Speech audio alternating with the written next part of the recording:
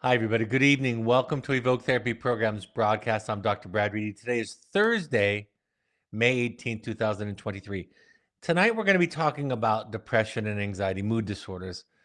And at the outset, I got to tell you, I was split in my attention as I was preparing for this evening, talking about it in terms of your child or talking about it in terms of you. So I'm going to go back and forth with that tonight because at times I was thinking about one or the other. Before I get into the content of tonight's broadcast, I want to make one special announcement. We are hosting, I am hosting our third version. I think it's third, it might have been fourth, but our next iteration of the Conscious Parenting Workshop on Friday, June 9th. That's from 9:30 a.m. to 4:30 p.m. Mountain Time with an hour break for lunch. This is a relatively small group. We keep the group size limited so that it can be more interactive than these broadcasts. You can share your specific story. You can ask specific questions. You can hear feedback from me and how I apply the principles that I teach to what you're struggling with, and also hear from the group. And there'll be some small group breakout sessions also. So that's June 9th, Conscious Parenting Workshop, 9:30 a.m. to 4:30 p.m. Mountain Time. It's $400 for an individual, $700 for a couple on a shared screen. So I look forward to that next iteration. The day goes by really fast for me. I really enjoy it. So I'm going to start with the diagnostic manual of depression, talking about depression this evening.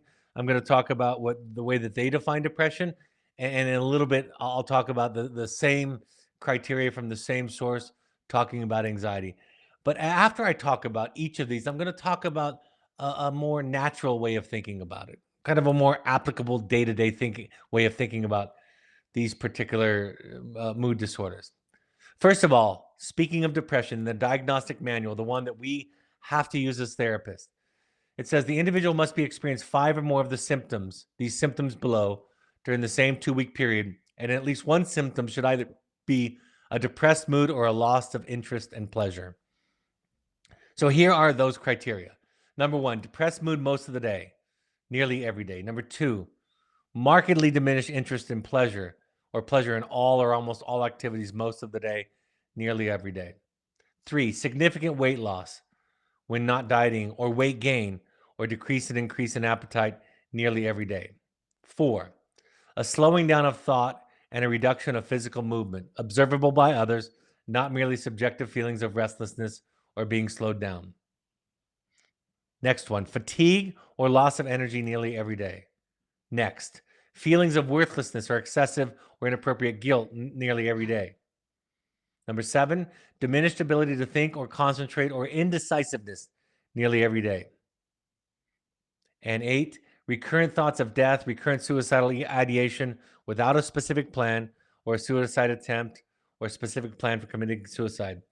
To receive the diagnosis of depression, these symptoms must cause the individual clinically significant distress or impairment in social, occupational, or other important areas of functioning. The symptoms must also not be the result of substance abuse or another medical condition. So that's the way the diagnostic manual describes it. And I'm going to talk about each of these at various points, but I wanted to give you that outline so you had the official. The most common questions I get asked when people are exploring theirs or their child's disorders are these. First of all, what's the cause of it? Where does it come from? Is it brain chemistry? Organic, that is. Is it from environment or trauma? Is it developmental, meaning is it just a stage that a teenager might be going through? Those of you who have teenagers, regardless of whether or not your child is in treatment or has risen to the threshold where they require treatment, each teenager will experience significant distress and mood disorders. So is this, in other words, is this normal? A stage they're going through. That's what that means by developmental. Is it a behavioral thing? Are they just responding to their context in a certain way? One of the questions I get asked is, what are the secondary and primary gains? Now, people don't use those words because that's clinical language. But what that means is, what are they getting out of it? Are the folks around them, when they express depression or helplessness, are people coming to their rescue? Or the primary, that's the secondary gain. The primary gain is, does it serve to reduce anxiety or pain in some way. It is not feeling the solution to feeling something uncomfortable. And in a way, everybody wants to know, they want the description of this in a bow, packaged up nicely. What I will tell you about my answer to these questions, it's usually a puzzle where all of these play a piece in that puzzle. We want one clear answer, and most of us parents, right? We want an answer that doesn't have as much to do with us. We don't want to be a part of the equation, be contributing to it, because of course that's going to bring on shame or guilt for us. So we have agendas. We look for something that's simple and definable.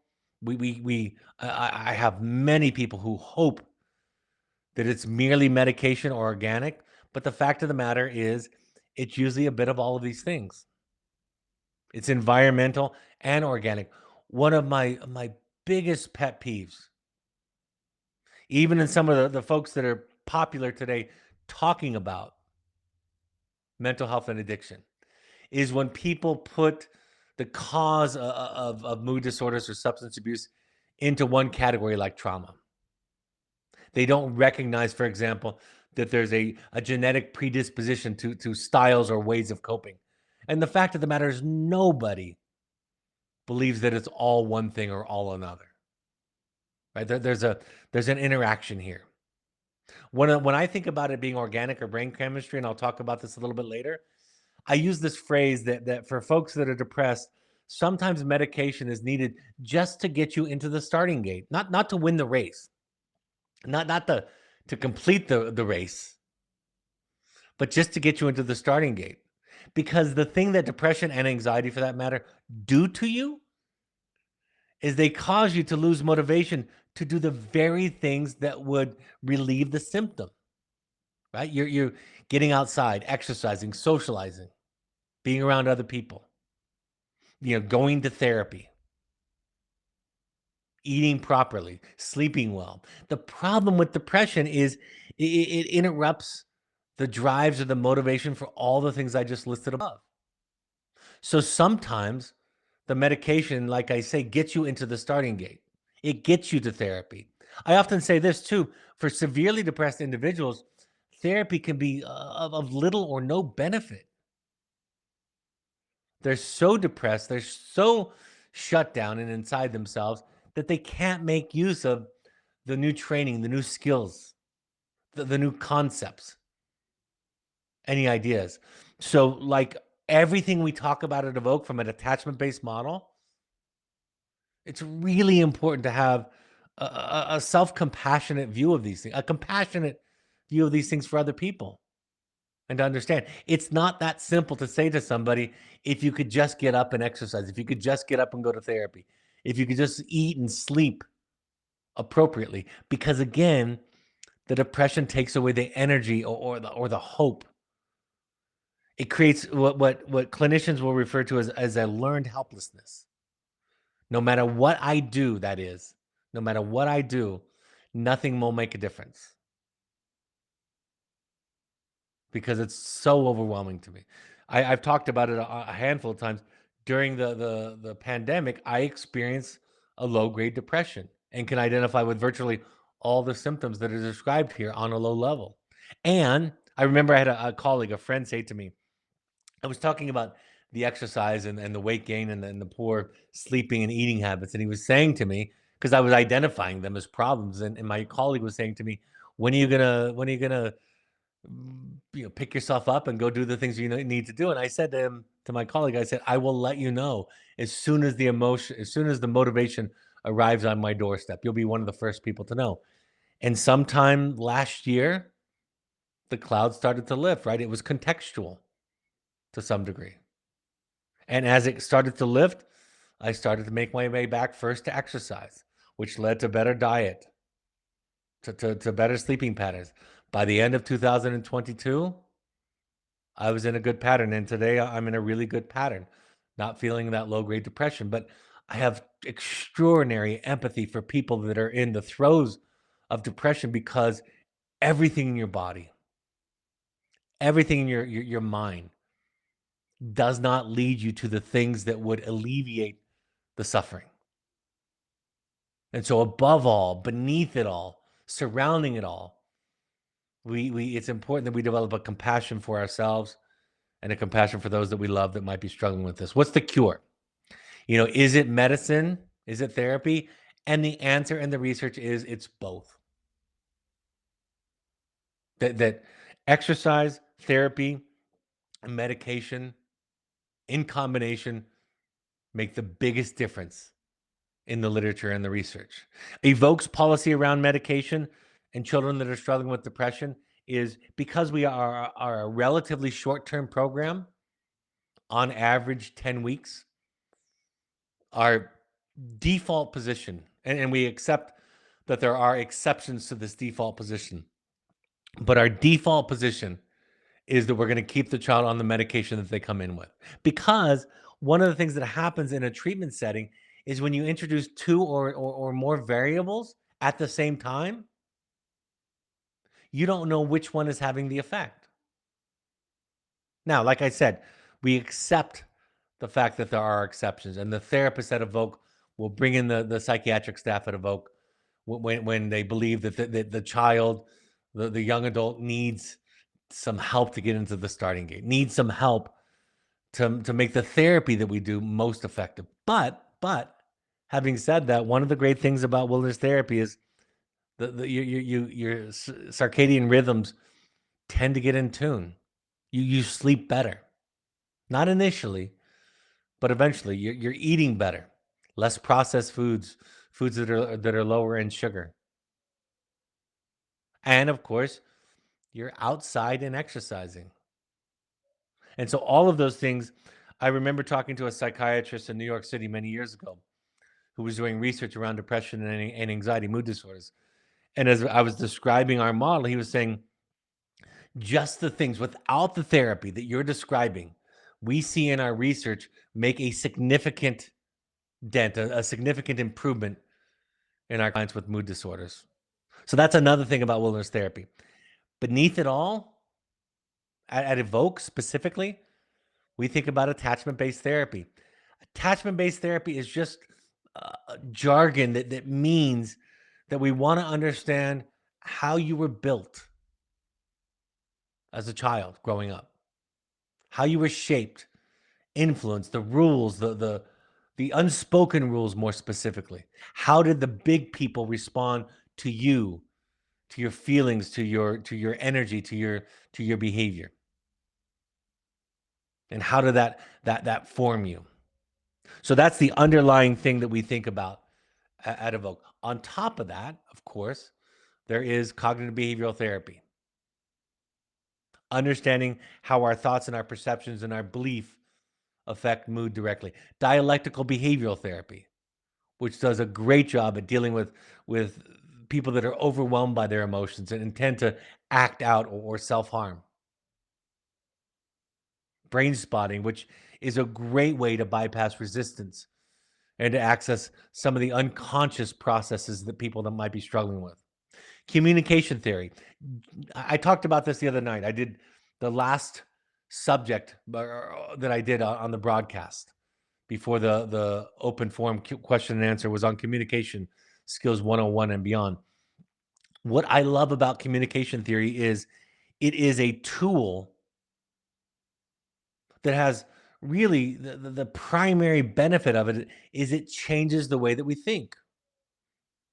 It changes the way that we process information. I think people think that communication theory is going to improve relationships. And my answer is sometimes it does, sometimes it doesn't. Because the relationship is consists of at least two people. And if you're a perfect communicator and the other person isn't open, isn't interested in thinking and expanding and in enlarging themselves, in listening, it's going to make little to no difference. And perfectly expressed ideas, thoughts, feelings sometimes might have very little to no impact on other people, their change, how they respond to you. But what communication theory can do for anybody using it is help you understand the relationship between what you experience, your belief system, how you interpret what you experience, and the feelings that you have, right? It's a tool for cognitive behavioral therapy, really. So communication theory can be very, very helpful at developing what psychologists will refer to as intrapsychic. That means internal. Intrapsychic differentiation, understanding the various parts of ourselves and how they relate to each other. Of course, like I mentioned, exercise and diet. Family therapy at Evoke, especially with that attachment-based lens, we're always looking at family therapy. We're always wondering, what does the context have to do with this? How can the context be inadvertently, right? That's the question, the heroic question that parents are willing to ask is, what might I be doing that would be inadvertently, unintentionally contributing to the very pattern that I hope to eradicate? The way that I respond to a child's anger, right? If you respond to anger with shame and defensiveness, shutting it down, where does that anger go? It goes inward. And that's really essentially what depression inward. That's what depression is. It's anger turned in toward the self.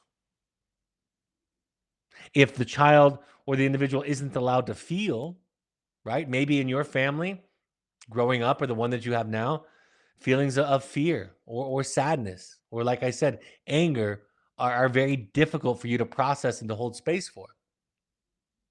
Then what the individual will do is shut it down. And the thing about it is, you can't shut down one important feeling and the rest of the river flow of emotions flows freely. If you dam up a river, think about creating a reservoir. If you dam up a river, you dam all of the water. You slow down all of the water. Depression is an absence of something. It's something that's missing. It's depressed. It's repressed, suppressed. It's all those things. The lack of energy oftentimes is set free when the person is able to move through difficult feelings that either the environment doesn't allow for them or they themselves are unwilling to face. So once that anger, that sadness, that grief, that pain. See, the great, I think, paradox with depression is that the way out of depression oftentimes is to feel your sadness. And I think we think about depression as sad. It's more than that. It's, again, a lack of energy, a shutting down, a disinterest, a hopelessness. And that's more profound, more universal, more global than mere sadness or pain. So the therapist will say to the depressed person, just like they will to the angry person, to the hurting person, to the grieving person, how do you feel? What's going on for you? What's in there? And I'll go through some questions in a little bit. Again, is this depression? Is this a mood disorder? Or is this something normal and developmental?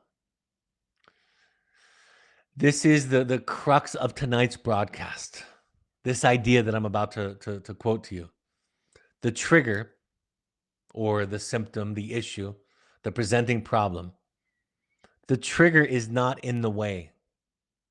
The trigger is the way. We follow the depression. We follow it to where it leads us. And in there we find something hidden, something repressed, something suppressed, something held prisoner by the psyche. And we let it out. So that looks like the expression of the feelings that I was describing, the anger, the pain. The Buddhist monk and teacher Thich Nhat Hanh said this. He said, "Dear one, I am here for you. You should talk to your depression or your anger just as you would a child. You embrace it tenderly with the energy of mindfulness and say, 'Dear one, I know you are there and I'm going to take care of you, just as you would with your crying baby. There is no discrimination or dualism here because compassion and love are you, but anger is too. All three are organic in nature, so you don't need to be afraid. You can transform them.'" The idea here is that we have to develop a practice of self-compassion, of curiosity, and other to effectively treat or deal with our depression or the depression of the people that we care about. If we don't have self-compassion, if we look at depression as laziness or willful stubbornness, the issue, the feelings are likely to get more and more hidden. But when we develop compassion, when we develop curiosity, we can follow those things to where they lead. This might be a good point for me to mention the piece that I talked about with suicidality. I've said this before in broadcasts. I've told the story that I included this idea in the journey of the heroic parent, but my editor made a case that sharing such an idea, you either have to write more about it or not include it at all. And so I decided to not include it at all. But I'm willing to talk about it in this context. In 2010, 2011, when I was separated, my wife and I were separated, I was in a really, really dark place. I wasn't acutely suicidal, but I confessed to my therapist that I thought about the idea of not being alive. I fantasized about the relief I would feel from the pain going away if I wasn't alive. And I would spend much of my day thinking and fantasizing about this end of life experience. And when I finally had the courage to confess this to my therapist, she said to me something profound. She said, "The suicidal instinct that you're feeling is correct," which of course got my attention. And then she followed it up and she said, "The mistake that suicidal people make is they think they have to kill the whole self, the entire self, to be free. But really, they just have to kill part of themselves to be free." And I remember at that moment, my depression, my pain didn't go away immediately. The catch 22 that I couldn't be happy in the marriage that I was in prior to this separation was intolerable, and leaving it was intolerable at the same time. I was stuck in this catch 22, which is so common in depression. This damned if you do and damned if you don't decision, major life decision. So I wasn't relieved from that burden and that pain immediately, but I then knew what the project was. The project was to discover the part of me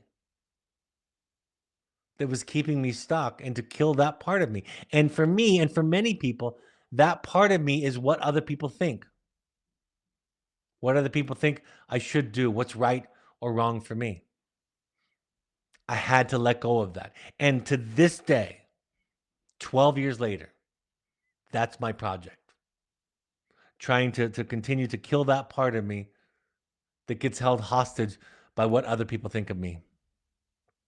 And again, that requires all of this, all of our work at Evoke. Really, I talk about it like it's Evoke. I'm really just being nice to the people with the other opinions, the other approaches. It's just really psychotherapy. It's really what psychotherapists, not modern American techniques aimed at symptom reduction are talking about, but the therapists that have been talking about psychology for decades have been describing, the masters. This idea that our symptoms are there because there's something inside of us that needs our attention that we're ignoring. Some task, some issue, some feeling, some dilemma, some pathological thought process that we need to let go of, to destroy, to kill. Harriet Lerner wrote a great book called The Dance of Fear, which I think does a very good job describing anxiety and depression in ways that are less clinical, more conversational, like the way we're talking about it tonight. She said, the more you try to make fear go away, which is an impossible dream, she says, rather than learning to function with it, the worse you will feel about yourself. You will let fear stop you from doing what you need to do. You will mistakenly see yourself as a weak and impaired individual rather than a strong, competent person who happens to have an overactive fear response.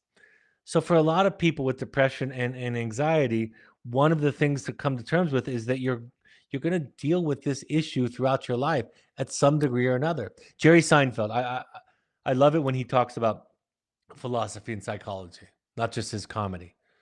But he was on a podcast with Tim Ferriss a few years back. And he shared this idea with his daughter about depression. He said many artists, himself included, struggle and battle with periods and bouts of depression. Many therapists struggle with it. Many human beings struggle with it. And he said to his daughter, you're going to have to learn to deal with it throughout your life, whatever that looks like for you.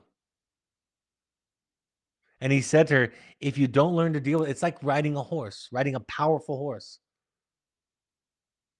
If you learn how to ride it, to tame it, so to speak, it can take you to some wonderful places. My propensity for depression and issues gives me greater insight and compassion and empathy and connection for the people that I treat. Right? That makes sense. And Jerry said to his daughter, if you learn how to write it, it can take you to some wonderful places artistically. She was learning to be a writer. And he said, if you don't learn how to write it, that this horse analogy that he was describing, it can kill you. And so part of tonight's broadcast is to say, most of the people that I know who struggle with severe anxiety and depression never fully rid themselves of it. They learn to deal with it. They learn that it does come with certain gifts and sensitivities and awarenesses. And it also comes with certain burdens, for sure. So self-compassion, like a lot, that's the essence of the evoke approach and the attachment-based theoretical model, is a necessary foundation. Yeah, you have to have self-compassion to increase your self-awareness. You have to. Because if you don't have self-compassion, you're going to judge the thoughts that you think. I cannot tell you the numbers of clients who have said to me, I know I'm not supposed to say this. I know I shouldn't feel this way. I know I should be more grateful. But, and I know what's coming is going to be some deep, unexpressed truth that they're carrying around as a burden. And inevitably, my response to this deep, unexpressed truth that they've learned is unacceptable is to say, of course. A lot of people, I feel this way. Most people I talk to feel similar kinds of things and kinds of things. And so this idea about what we should think and feel, that's part of the problem. That's part of the thing that we need to kill. This idea that we're not enough, that what we're doing is not enough. You know, with these new stressors that we experience, parenting a child that's struggling with depression or anxiety or substance abuse, we're going to have to adjust. What was working before? That's, we do a lot of parent support. Obviously, this is one of the things we do in our program. Although this podcast has taken on a bigger life than just supporting the parents in our program, that's how it started. And the idea behind that isn't that you're the cause and the genesis of all the problems. It's just saying if you have a child that's struggling with mental health issues, which a lot of people do, you're going to need to do more than you did before. What you were doing before is not enough. Learning about your nervous system and how it regulates itself, and when it becomes dysregulated, so many parents, because of their shame and their guilt, find it so challenging to compassionately look at themselves and to say, I have an anxiety disorder. Do you know? Can you imagine the benefit that would occur if parents across the globe were able to own their anxiety, their anxiety disorder, or the disordered anxiety and fear response, their fight and flight and stress responses, their depressive proclivities? Do you realize what that would do for children on the planet? Children on the planet would change from thinking something's wrong with me, because that's what children feel and think when anxiety and issues go unowned by the parents. Children would move away from thinking something's wrong with me to I have a human parent who struggles. They would also regard their own humanness. See, that's part of the the collateral damage when we can't own our stuff. We don't model for our children owning their stuff, which every parent that sends a child to our program wants their child to do. So how do you teach accountability? You teach it by modeling it, by owning your stuff. Recreational substance use, I should say, of course, can be a barrier to mood disorders. Meditation, the very mindfulness of meditation, I'll talk about that a few times tonight, which is, again, I love what Thich Nhat Hanh says about psychotherapy and meditation in his book, his audiobook, Psychotherapy and Mindfulness. He says mindfulness is not just simply sitting in the lotus position, meditating like most people think. That's kind of classic meditation. But meditation is observing yourself. Psychotherapy, he offers, is a kind of mindfulness, a kind of meditation. We can meditate while we're doing the dishes. We can meditate while we're walking. We can meditate or be mindful while we're eating. We can expand our ideas of meditation, of mindfulness. And that's why it's really important to have a therapist that's attachment based, that understands that to be patient and to sit with you in your uncomfortable feelings, in your unsolvable problems, is critical, is crucial to your healing, because then you learn how to sit with yourself.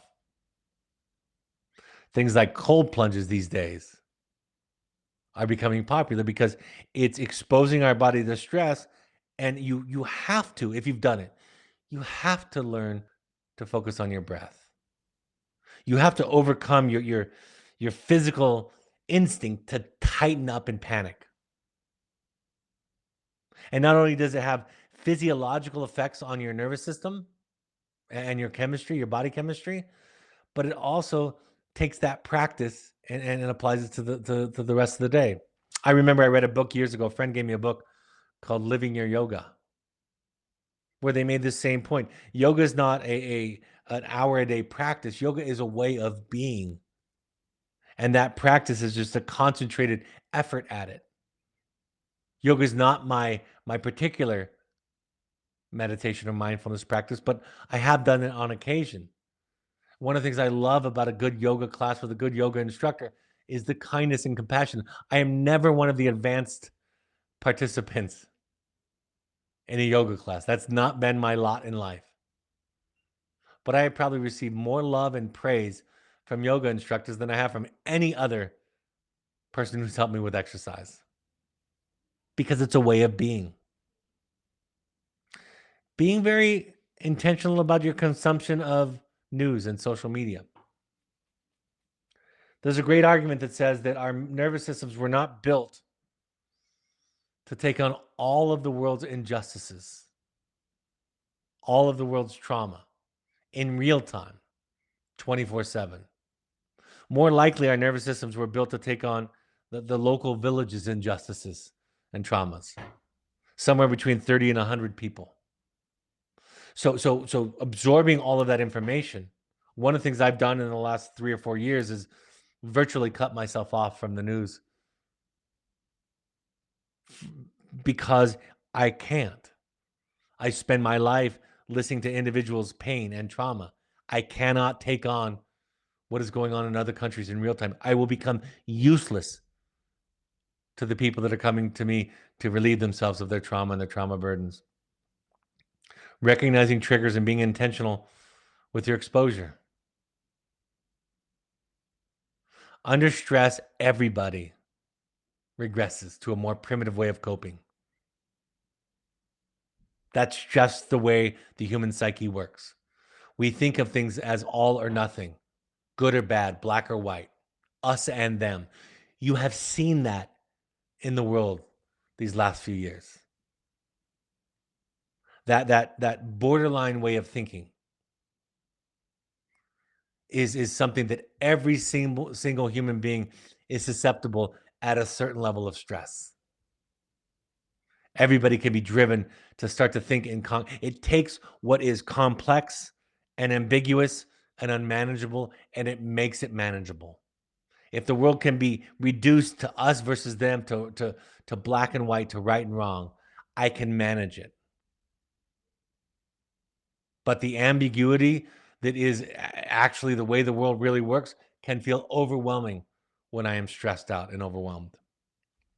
At the end of it, the key is kindness to yourself. And how do you develop kindness to yourself? You spend time with somebody who treats you differently than the way you've been treated by others. Somebody who treats you with kindness and patience, without an urgency, without the need for you to get better or be fixed. That is the great paradox in good psychotherapy, is that the therapist doesn't need you to be fixed, doesn't need you to be different, doesn't need you to improve. And by regarding you in that way, you are then freed up to do the work that you need to do, to heal, to improve, to discard the symptoms that become eventually unnecessary.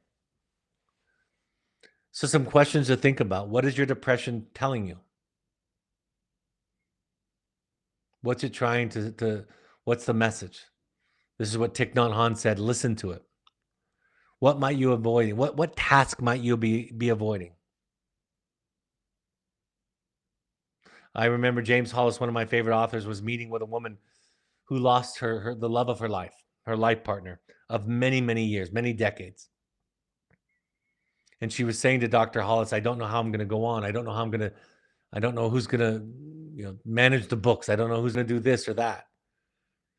And Dr. Hollis said to her, well, you are, of course.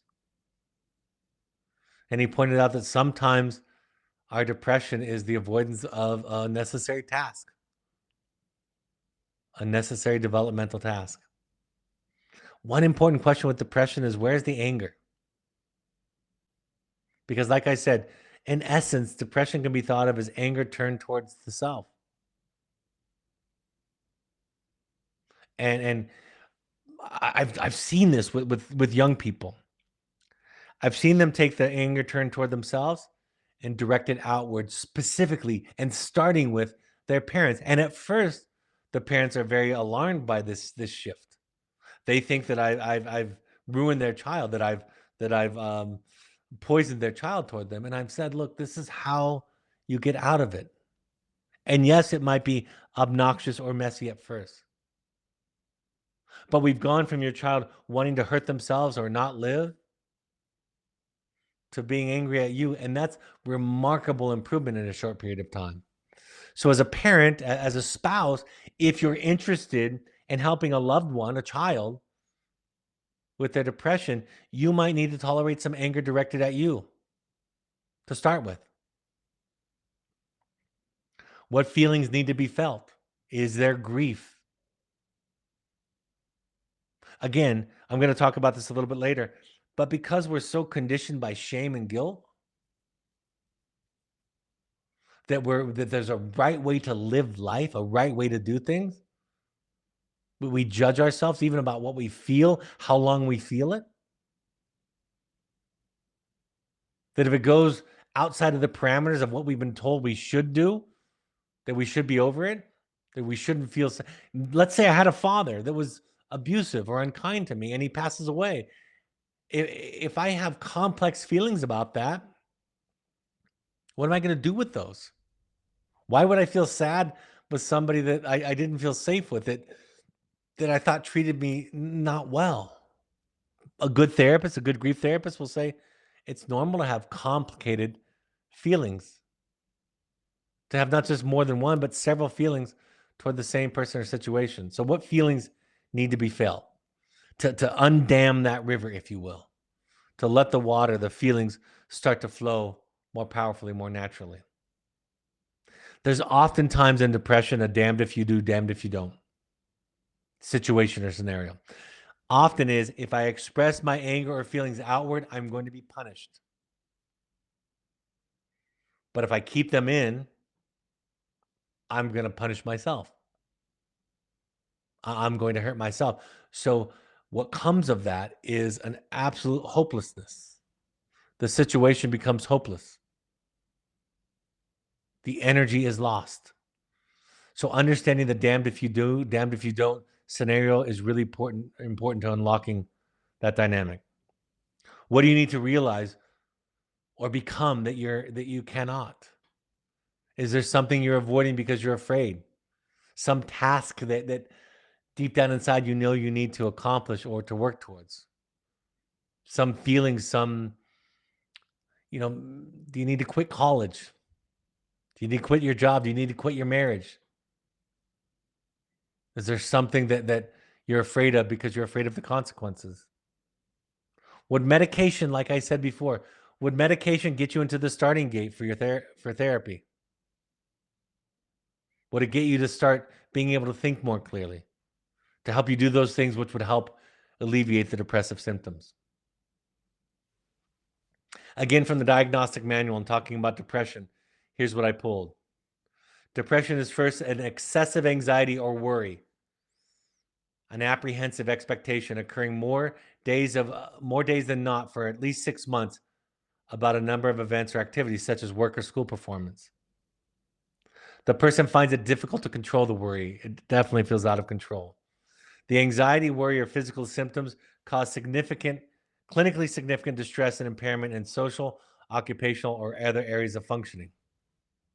And the anxiety or the worry is associated with at least 3 or more of the following 6 symptoms, with at least some symptoms present for more days than not for the past 6 months. Number 1, relentless or feeling keyed up or on edge. Number 2, being easily fatigued. Depression and anxiety are really close bedfellows.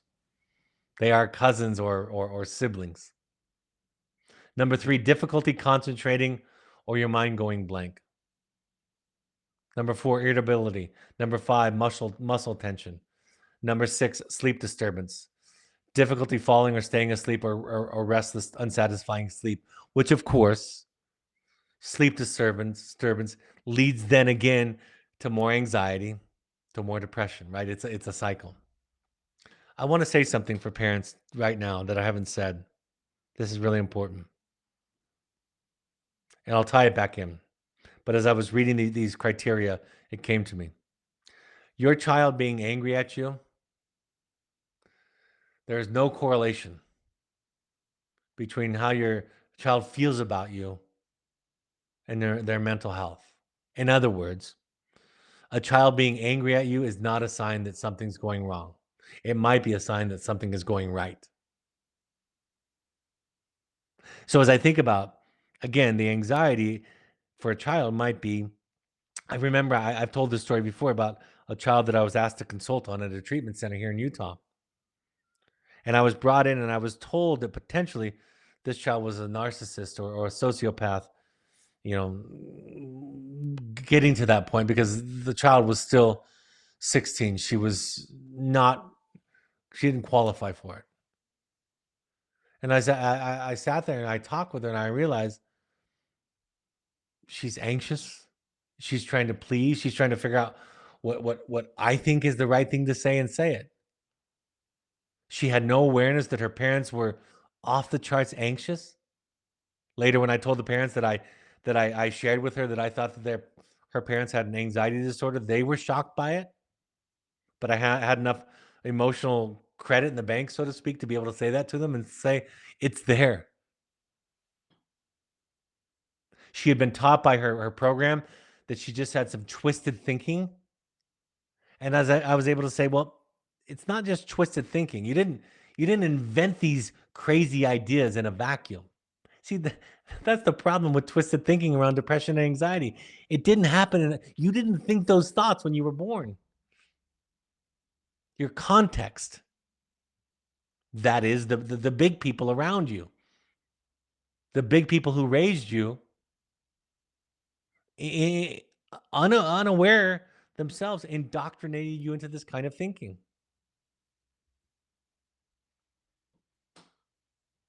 Do you need medication again to get into the starting gate? I will tell you, I've known people, friends and family who have struggled with anxiety, and therapy's no good to them off medication. Learning what's outside of your control. A large part of anxiety, they say, anxiety is trying to control things specifically in the future. Depression is feeling guilt and shame and remorse for things in the past. I think that's too simple of a description, but it has some merit.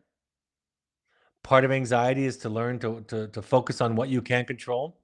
See, even for parents, I've said this before, if you focus on your child's growth and progress, you will be riddled with anxiety and depression. If you focus on what you can control, you'll find greater peace and clarity. It's really important to understand for all of us that the problem is not out there. Yes, there are problems out there. There is real trauma in all of our lives. There's real trauma in our children's lives. These things are true, inescapably true. But it is our life. And ultimately, at the end of the day, the greatest key, the doorway, the path to mental health is focusing on what we can control. That's why I love the book. I love the book by Viktor Frankl, Man's Search for Meaning, because he wrote it, came up with it while in a concentration camp. And he's kind of has the right to say, my story is as bad as anybody's. Nobody had it worse than him. Watching and experiencing the atrocities that he experienced, his experience kind of trumps everybody else's experience. And so what he says at the end of the day is, when we are faced with everything, when everything seems outside of our control, we are left with only one thing, and that is to learn how to respond to it, to learn how to respond to the circumstances. And for our children, I don't care if it's what you did to them or what life did to them. It doesn't matter. The more courageous, of course, awareness is realizing what you did to them. But my point is this: a mantra that I say to myself as often as I need to, almost every day, sometimes more than once a day, is, it is not my life. I love my children. As much as I am capable of loving a person, that's how much I love my children. But if I put my emotional well-being, my emotional eggs in their basket, it is a burden to them, a crushing burden to them, and creates a hopelessness, a lack of control in me. Are you rigging the game to win it? Are you rigging the game to win it? Meaning that, is your life set up in such a way that I had somebody say to me, I had a client that adopted a pet mid-pandemic, like a lot of people did. And during a session, he said to me, toward the end of a session, he said, I guess I just need to be more patient. I need to pray to develop more patience for my dog, because the dog was overwhelming him amongst all the other stress that was going on. And I said to him, I said, sometimes the answer to the prayer might be that you can get rid of the dog. I'm not, and when people hear me say that, they hear me saying, get rid of the dog. And that's not what I was saying. I was just saying, there's a choice in there. And he said to me, I had never considered that could possibly be the answer to a prayer. We hung up. We missed the next week's session. Something was going on with one of us. And 2 weeks later, first thing he said to me is, somebody in my family adopted the dog, and it's perfect for them. And my 3 children can go over and visit when they want to, and everybody wins. There are so many times when we, because of our shame and guilt, this is the key. Because of our shame and guilt, because of the shoulds that we carry inside of us, we do things that we in terms of our own capacity ought not to be doing. I say to clients all the time, do you really need to do that extra thing? Do you really have to extend yourself that much, or can you say no? And of course, what's the barrier in that scenario, that discussion? The response is, well, I'll feel like a horrible mother or a horrible father. And what I say is, I think you're going to have to learn how to feel that then. That is, you guys, that is the barrier to emotional growth and maturity, to healing, is guilt and shame. getting better, healing, improving, becoming more aware and enlightened, improving our mental health will inevitably cause us to feel bad, shame and guilt, fear. If it was easy, everybody would do it, but it's not. One psychologist that I like, one writer that I like says the distance between your ego that need to be good to appear good and your authentic self, that's where the anxiety is. Do I need to do something that I'm afraid of doing, that I'm afraid I'll fail at, or that people will judge me? Exploring your history and your family of origin is critical. Therapists who say you shouldn't look backwards and you shouldn't explore it, I don't even know what to say about that. I don't know how to respond because it seems so utterly ridiculous to me. The only enduring weapon we have in our fight against mental illness, Alice Miller instructs us, the only enduring weapon we have is the discovery of the unique emotional history of our childhood, how we were built, how we were conditioned, how we were programmed, the way we thought the way we were taught to think about ourselves, about life, about each other, about everything. And like I said earlier, are these going to be lifelong issues? Are we going to have to learn to cope with our anxiety? I know I have to cope with my own anxiety and proclivities toward depression. Harriet Lerner writes, but when anxiety operates as a chronic underground force, we may fail to identify it as the culprit behind our poor functioning. We just feel bad about ourselves, which of course revs up our anxiety even more. No matter the difficulty, it's imperative that we develop a practice and position of self-love. Failure to do so will blind us. We won't see the things in us that are keeping us stuck. It's super important to develop a practice around all of this stuff. If you don't have a practice in therapy, I was describing to somebody that some of my sessions with some of my long-term clients sound more like just shooting the breeze, talking about movies, art, music, current events. You might argue that that session was unnecessary, although many of them would tell you that it feels good just to be able to talk about anything without worrying about judgment. But you might observe the transcript if it were available to you and say, that doesn't sound like psychotherapy. But the fact of the matter is you never know when you need it. So if you don't have a practice of meditation or therapy, starting it when the crisis happens will make it all the more difficult. But if you have a regular practice, it's like any maintenance that we do for our physical and mental health. Finding support groups, not just therapists, but peers who can relate. Developing a practice of exercise. Sometimes our solutions to the problems become the problems, like self-medicating, avoidance. Learning to take timeouts to say no, to not take on too much. Learning to sit with yourself. Like I said, The Dance of Fear by Harriet Lerner is a great resource. I wrote this today. Boundaries are critical to managing anxiety. We must face our shadow side, our guilt and shame, and embrace what is within our control to create a world that feels safer to us. If getting healthier was easy and painless, everybody would do it. Learning how you were raised and programmed can provide insight into the origin of your mood disorders. Attachment is the way the big people felt, thought, and responded to our feelings, to who we were growing up. What are the take home? Self-compassion, spending time with somebody that can be compassionate toward your horrible, rotten self is a key component. In other words, you heal the issues the same way that in essence they were created, by the context that you surround yourself with. Find resources, community, and support. Owning your own limitations and developing practices of self-care. And like I've said before, and I cannot emphasize this too much, I don't have extensive lists or perfect lists about what self-care is, but I will tell you this.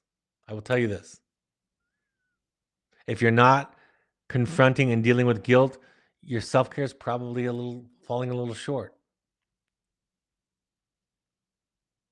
Avoiding the I can handle anything mistake that those of us with lots of guilt and shame have. Take on less, learn how to fail, drop balls. To be healthy, to be enlightened and to be aware, you have to be willing to fail, people.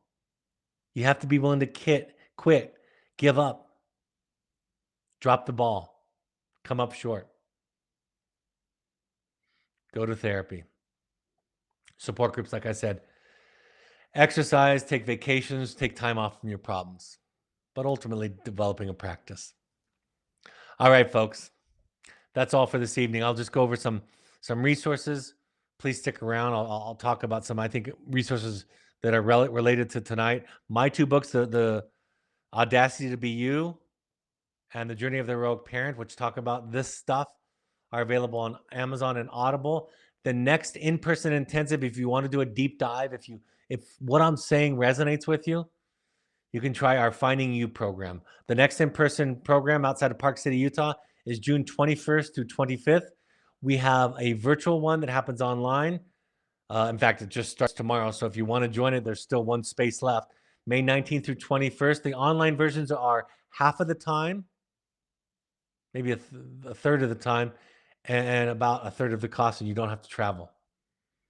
If you've been to a Finding You and you want to come back, Returning to You is available October 11th through 15th.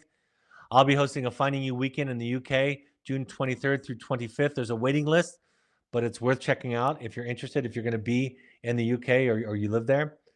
We have custom Finding Connection programs for couples and parents. We also have Finding Family programs that are customized. Contact intensives at evoketherapy.com for more information. We have support groups for our current and alumni Wilderness families. May 25th is the next offering at 6:30 p.m. Mountain Time. Once a month, we have an alumni-only meeting. May 23rd at 6:30 p.m. is that offering. And then we have a once-a-month intensive program for our intensive graduates. June 13th at 6 p.m. is our next offering. Visit evoketherapy.com/family involvement for more information. If you would like a coach that has this attachment-based background, we have over 45 coaches for parents, couples, families, or individuals. Anything that you need, they can do it virtually all over the country. You can find one that fits you. Many of them have worked in the treatment industry. So if you have a child that's in treatment, it might be a really great fit for you. I've received this question over the decades, hundreds of times. Where's the therapist, or in this case, a coach who understands what we're going through? These are the folks that do it. Contact coaching@evoketherapy.com to sign up or find out more. We ask all current families, all current parents, to try out, to experiment with 6 of any of the following 12-step support groups. Any combination of Al-Anon.org, CODA.org, FamiliesAnonymous.org, AdultChildren.org. You can also go to RefugeRecovery.org for a Buddhist-inspired recovery program that has less of an emphasis on a higher power, or go to NAMI.org, the National Alliance on Mental Illness, to find free classes and resources in your local communities. All of these broadcasts are available on Spotify or your favorite podcast app. Just search Finding You and Evoke Therapy podcast and subscribe there. And the new broadcasts, you'll be notified of them. Or go to soundcloud.com on your computer and search there. You can also go to our YouTube channel, Evoke's YouTube channel, and you can watch the video broadcasts the day after. You can find Evoke Therapy programs and me, Dr. Brad Reedy, on Twitter and Instagram using the handles @EvokeTherapy and @Dr. Brad Reedy, respectively. You can find the Evoke Intensives program on Instagram using the handle @EvokeTherapy Intensives. On Facebook, you can find us by searching Evoke Therapy programs or Evoke Therapy Intensives. And of course, the Evoke blog is updated each week. I just wrote the most recent one on wilderness therapy and the hero's journey. I've never really written about that in our blog before. I was really excited to write about it. It came from a talk that I gave in Portland last month, or earlier this month. If you want to give back for people that can't afford therapy, our 3 charitable partners, the ones that we give our money and time to, are ChooseMentalHealth.org, Sky'sTheLimitFund.org, or the EvokeFamilyFoundation.org. My next broadcast will be May 23rd at 6:30 p.m. Mountain Time. I'll be taking, again, your live questions and answers. You can send them in advance. Any questions you send in between, even if you're listening on the podcast, to webinar@evoketherapy.com will be addressed in the next Q&A broadcast. And I'm happy to do those. I love doing those. All right, folks. Thanks for joining me this evening. I hope this is a helpful point of contact. And for on behalf of the people that you love and the people that love you, thank you for showing up and being willing to do your work. Have a great evening, and I'll talk to you next time. Bye bye.